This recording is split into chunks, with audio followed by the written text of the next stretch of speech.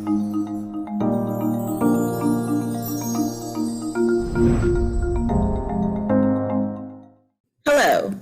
and welcome back to Hope TV. I'm Kawanda Green, and this is Surviving and Thriving in a Pandemic. Thank you for joining us. 2020 has been an incredibly challenging year. With the election, police brutality, protests, racial tension, the country divided, shutting down at one point, coronavirus, unemployment, not being able to visit our loved ones, and not being able to celebrate momentous occasions like we used to. So much uncertainty and fear.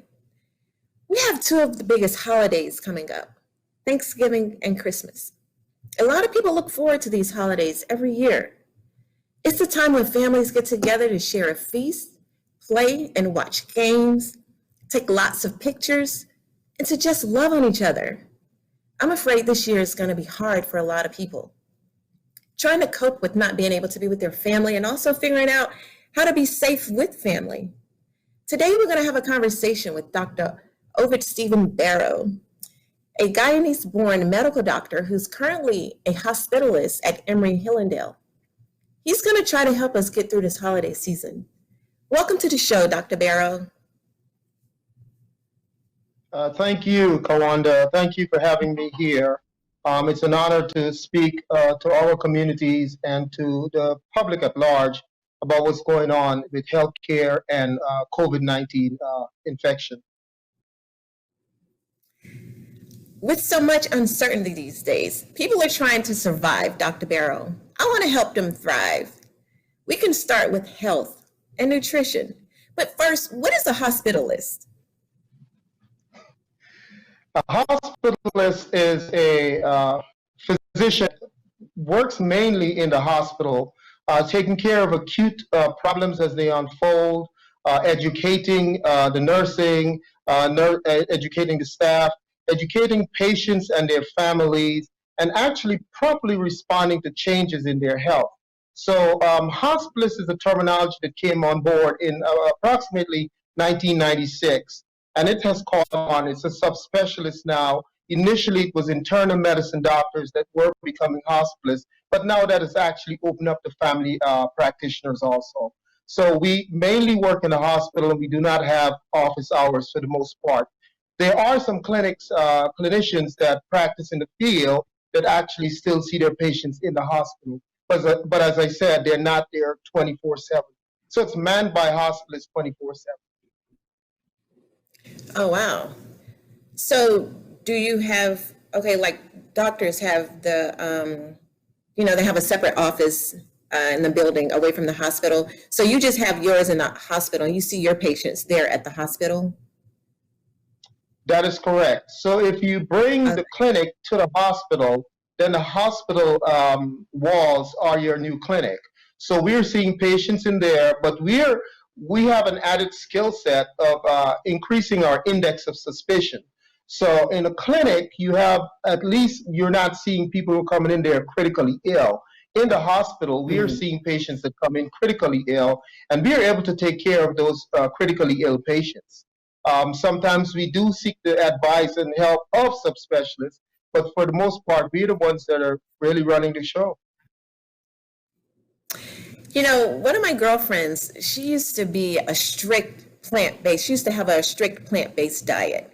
Since this pandemic, she's been eating all kinds of crap, like dairy and processed foods and bread. She's put on weight. So, she's not really feeling herself right now. What have you noticed in regards to the change in people's diet? I think we have labeled it the COVID-19 weight gain, as some folks have kept within the 19 and some people have been above and beyond the 19. I will tell you this is an issue that we face every year, and we do, part of how we celebrate is by feasting. It is part of a belief pattern that when we eat, we are healthier. So for example, in our cultures, the African American culture, when someone is not eating, we're concerned. So we try to tell people, do a couple of things that are different. when you do go to these feasts, and they are feasts, try to eat some of the more roughage up front. So what I tell people to do is consume things like water, fresh fruits, vegetables, those things that are less appealing to us. Fill up with that, and then we pat on the other hearty stuff that we love and enjoy. In addition to that, I would say we need to increase our exercise and sleep. Those are crucial parts in how we actually lose weight. And I try to bring the association between a car that is running and it's not moving, but it's running, and that energy is going somewhere. You're losing that energy, and it's losing gasoline, and it's coming out through the exhaust. And that's why it's important for us to have sleep, because we're breathing out. Once we break down that chemical makeup of the fats, we have to breathe it out. So we have to get enough sleep so that we can get rid of that fat, also repair some of the energies and that we used. Not only you were talking about, eating the roughage first, but we also have to look at how we're preparing the food, because how we're preparing the food sometimes isn't, very healthy. Kawanda, that is a very tough thing to do, because we creature habit. And with the family around, we always say, hey, you know what? It's just for this feast. I'm going to go back, and we've all made those beginning of year, end of year. I'm going to go back. However, as we become more vintage, I like to say the word vintage instead of saying old. As we become more vintage, our metabolic rate actually decreases. And so we have to be mindful of that, how much we consume and what we consume. It's not only how much, but it's what foods we're consuming. I kind of break foods down into fuel. And just like when you go to the gas station, you will see you have your supreme, you have your mid-grade, and you have your regular. I kind of use that to say, hey, you know what? Proteins are more of the supreme, and you have your carbohydrates as your probably regular. And those are harder to get rid of. Proteins are almost consumed immediately, but the carbohydrates and the fats are storage. That's for hard times. And for the most part, humans, for the most part, I want to be very careful with this. Our bodies are in a saving mode versus a starvation mode. So what would be considered mid-grade? What food would kind of balance both of those out? It is funny, but I would say it's probably the fats. They're good fats also. And carbohydrates cause some lot of issues also with the surges of sugar. So it's other things that not only packing away the adipocytes and adipose tissue, but what else damage it's doing to the body. That is also important. This is why we have to change. Go ahead. This is why we have to change what? This is why we have to change our oil. If I just tell people that, right, we are made up of trillions of little engines in our bodies. And so when they come together and we kind of pound them with the wrong food, it magnifies and it gives us problems within the vessels, within outside of the vessels. So it's a multitude of problems that we can actually pile on ourselves from eating bad. So what are some examples of some good proteins, the premium foods? It's, again, a great across the board, but having the meat, chicken, you can also have plant proteins, you can have nuts, but again, too much of anything is good for nothing. Be mindful that those proteins also can be converted to fats. Again, it's moderation along with the types of foods that you eat. What kind of supplements would you suggest? Okay, there are tons of them that I can suggest, and I wouldn't endorse them. But I would say of what's going on right now, I think vitamin D is crucial. And it's crucial because it's not really a vitamin. It acts like, it's more of a hormone than a vitamin. Okay. whether we're old or we're young, we can end up having brittle bones or osteoporosis. So for African Americans mainly, we are usually deficient in vitamin D. And the way we get our vitamin D converted is through sunlight, UV rays. And the type is type B rays. Is it true, Dr. Barrow, that the darker your skin, the more difficult it is for the rays to kind of penetrate? And that is a belief pattern because we've seen that a lot with African Americans, where our vitamin D levels are lower. There's a belief that it's to prevent the destruction of the rays damaging our DNA, and therefore that is what that protection does. But at the same time, what it's doing is lessening because it's converted via the skin, then it's changed in the liver, and then it goes to the kidneys. And there lies another point.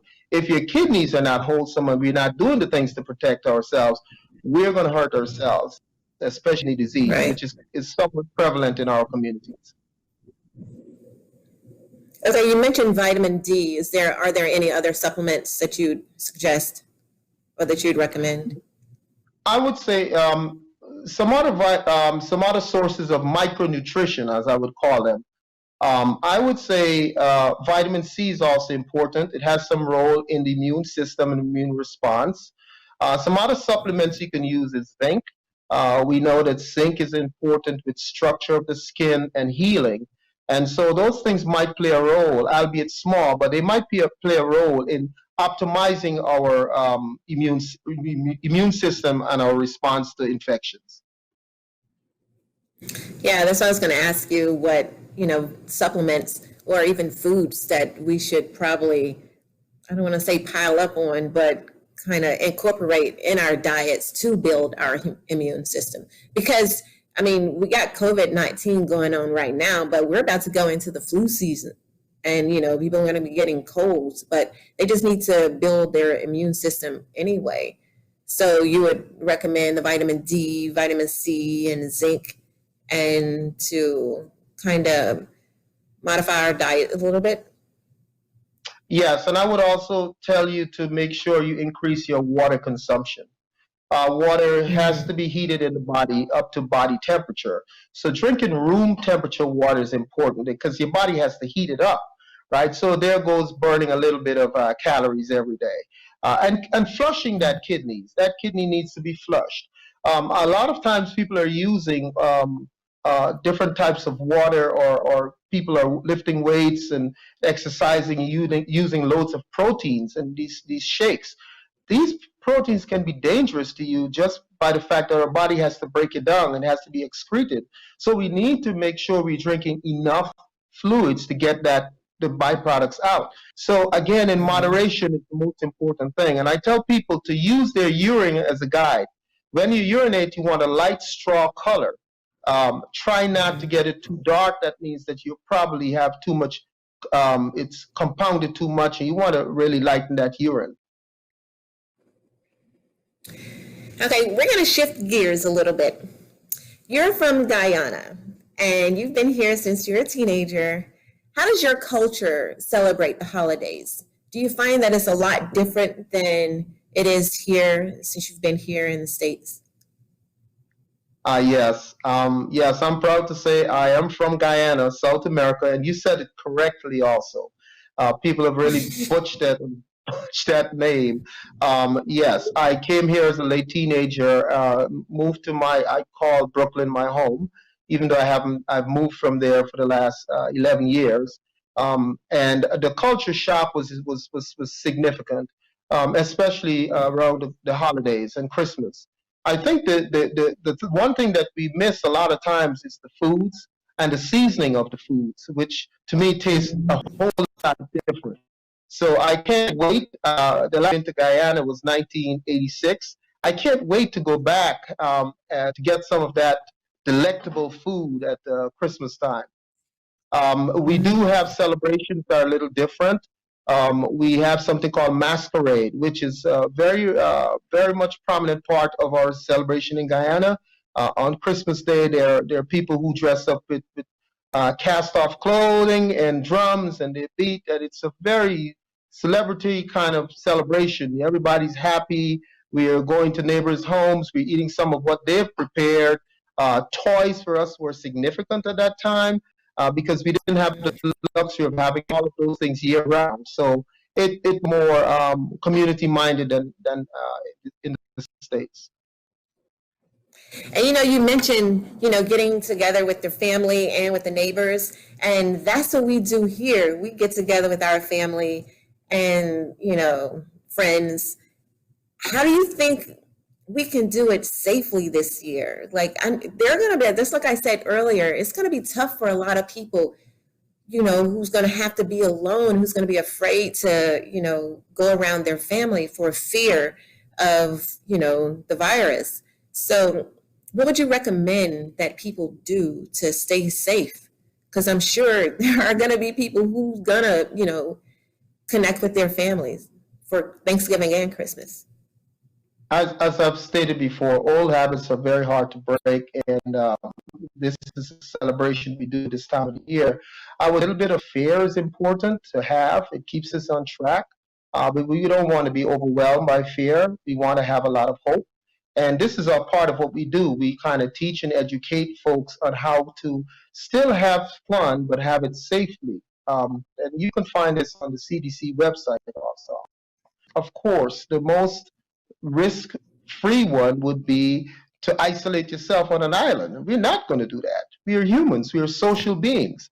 And so we do have traditions and we have culture. And this is part of what we do, mixing with families. So remote celebration is an option, but it's the least liked option. It's the safest option. But since we're not going to be doing most of that, the next thing you want to look at is the risk. Where are your celebrants coming from? Are they coming from afar? Are they coming from an area that is the cases are rising? What are their behavior? Are they wearing masks? Are they trying to protect themselves? So when those folks come in versus people who are local, again, you have to ask yourself the same questions. You have to ask yourself, where are we going to celebrate if you're the host? Am I going to be outside? Is this going to be an outside celebration? Is this going to be an inside celebration? Are we going to be asking the folks to bring some of their sanitary gear with them? That's going to help us. So we can ask them, hey, can you walk with X, Y, and Z so that you can help take some of the burden off of us? How close we're going to be? Are we going to be moving chairs and tables far enough? The types of guests you have, willing to abide by the rules set by you, the host, to wear a mask. We do have folks that would come to our I'm saying our meaning celebrations, but they would come in a mask, and once they get there, they would take the mask off. If you're going to serve food, we have one person serve the food, which will lessen the risk of any spread. Advise people if they're going to cough, make sure they cough in their sleeves. Wearing a mask is going to prevent the expulsion of certain particles from getting to other folks, and it does work. Masks do cut back on the amount of transmission we see. We were talking about nutrition earlier. What kind of foods would you suggest that people incorporate? Because a lot of our food during Thanksgiving and Christmas may not be the healthiest and the way that we prepare it. So what are some foods that you'd suggest that we incorporate? Since we're going the healthy route, with the mask and, being more careful, we can do that as well with food. We're trying different new things this year. So what would you suggest? Kawanda, I try not to be the Grinch. Leafy green vegetables, Kawanda. Leafy green vegetables. Just kind of maximize a little more than normal on that. Again, we have to change our minds the way we look at food, so it doesn't come immediately. And so it's a practice that we need to start incorporating throughout the year until we get to these big celebrations. So as I said, if you eat in moderation, try to remove the skins and the fat and the oils from the meat we're consuming. That's going to help us consume more proteins, but at the same time, proteins are filling, they're heavier, and so we can use water or any clear and cut back on alcohol. And I think you'll go a long way without taking away, our celebration at this time of the day. There is plant-based proteins we can have as an option, but again, people want to enjoy that taste that they're accustomed to. So I try not to totally diminish that, but just bearing in mind that consuming less might be better for them. What's some plant-based options? Ah. Maybe Well, one or two. Maybe one or two. I that is a tough one for me. I consider myself a fish and a chicken lover, and I don't like meat or a whole lot of cow products. But I usually stay to the fish and the chicken. And Okay. plants, I'm not. I used to be a vegetarian at one time, but I understand that we do need to have certain proteins and certain uh, vitamins in the body, and not all of the plant-based foods can give that. So I do consume chicken in moderation, and I eat fish, but even that can make you gain weight. I try not to limit folks from eating. And just like you said, we can do it in moderation because we pile on our plates and then we feel like we have to eat all that food, and then there's so many dessert options. So maybe we can not have the sweet potato pie and all the different cakes. Maybe we can just choose one and just have one for later, or just, make smaller plates and then, take some for later. Would you agree? Would you agree with that, Dr. Barrow? Yes, and you said something very, very important, and actually that was studied over the years, that the size of our plates have actually gotten really large, and we have this. It's a psychological thing that happens. The bigger plate, we have to fill the plate. So why not use a smaller plate and you can fill it? You'll end up actually using less food than bigger plate. So that is one of the techniques you can use to cut back, because again, and eat slower. Try to chew and try to enjoy having some conversations.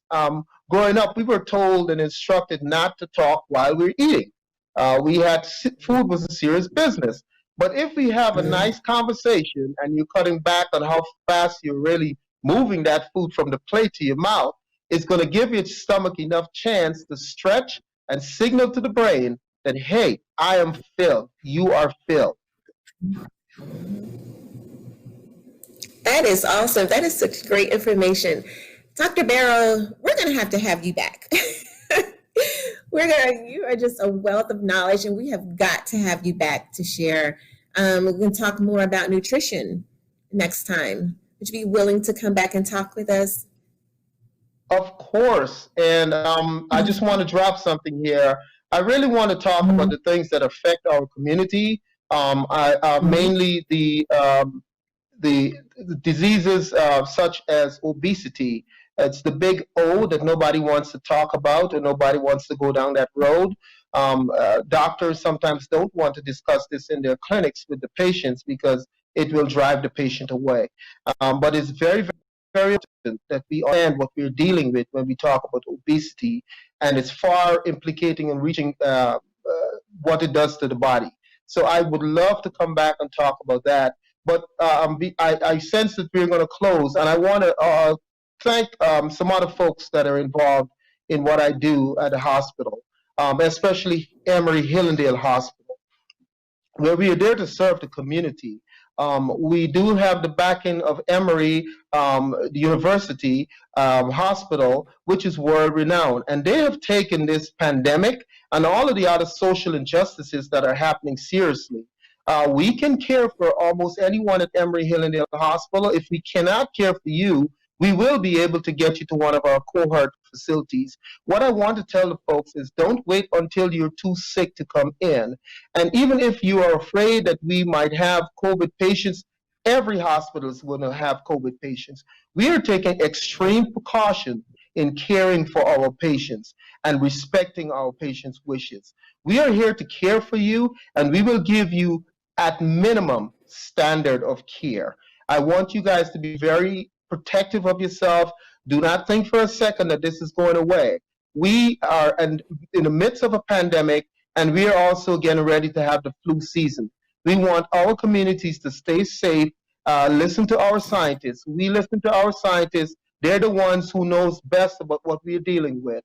And so we just want folks to understand that. We will try to reach out to you and give you as much knowledge as we can.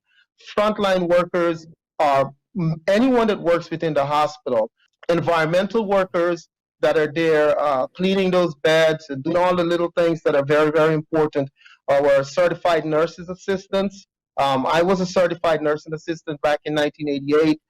Many of our technicians, our physical therapists, occupational therapists, speech therapists, our nurses for having our backs, our administration for listening to us. Our CEO give us the ability to expand the amount of physicians we have.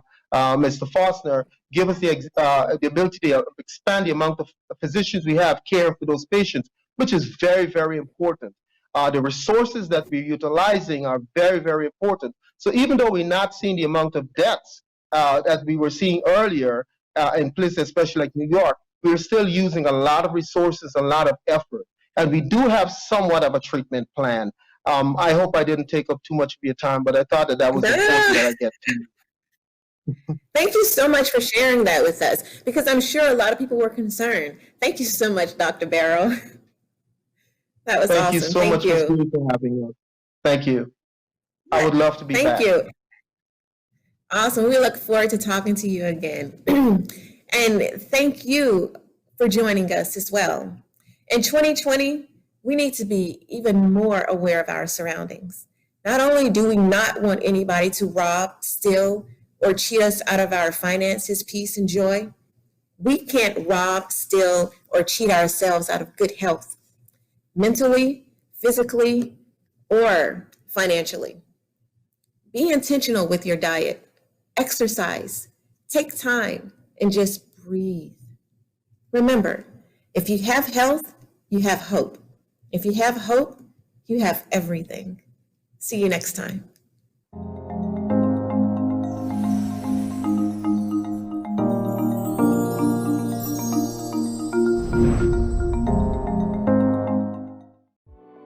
The thing is, your audience is your audience, and whatever we have, that's our voice. Everybody's not going to like everything, so you have to get to the point where you know that I'm not trying to please everybody. I'm trying to get my message to who it's for. I'm pretty sure you have a story. Everybody on this show could sit back and tell you every reason not to be successful, but you're either going to fall victim or you're going to get through it and keep pushing. Maybe my words will inspire some young person who think they can't, and they see, hey, she did it, so why can't I?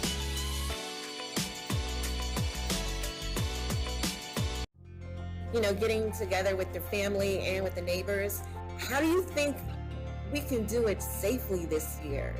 A little bit of fear is important to have. It keeps us on track. But we don't want to be overwhelmed by fear. We want to have a lot of hope. And this is a part of what we do. We kind of teach and educate folks on how to still have fun, but have it safely.